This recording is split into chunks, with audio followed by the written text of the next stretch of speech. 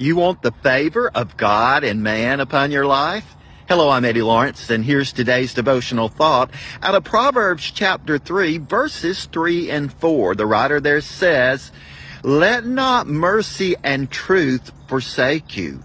Bind them around your neck. Write them on the tablet of your heart, so you will find favor and high esteem in the sight of God and man." That's powerful stuff, right? Yes, favor with God and favor with man. I'd much rather have the favor of God and the favor of man on my life than not to have God's favor or not to have man's favor. And obviously, I'd rather have God's favor on my life than man's favor on my life.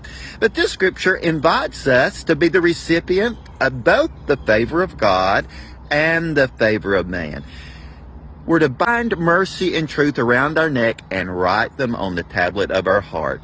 So let's drill down a moment. Yes, mercy. Oh, blessed are the merciful, for they shall obtain mercy. God's merciful. He's full of tender mercies. Jesus is merciful. So we want to have mercy as part of our onboard equipment and thought life at all times. We need mercy, so we should be givers of mercy. We need to be merciful, full of mercy. And truth, yeah, not compromising or condoning things that displease the Lord, not applauding what the enemy does or what our flesh wants, but really trying to live in a way to please God and do what's right based on truth.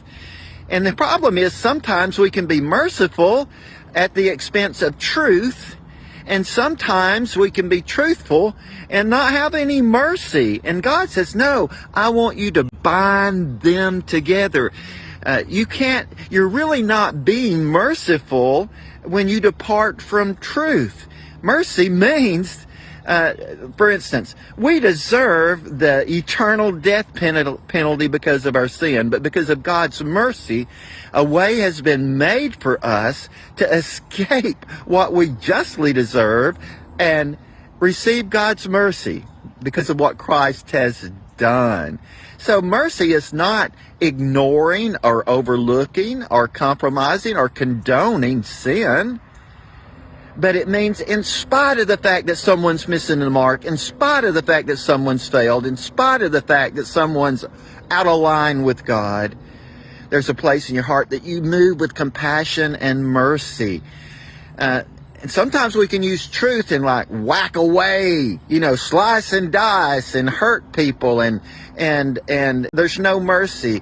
But favor with God and favor with man rests on binding mercy and truth. There's so much more that could be said, but maybe that's enough to get the ball rolling. Hope you have a good day. Be merciful, be truthful, bind them together. Thanks for liking, commenting, sharing this post. I certainly appreciate your prayers. Let's have a mercy-filled, truth-filled day.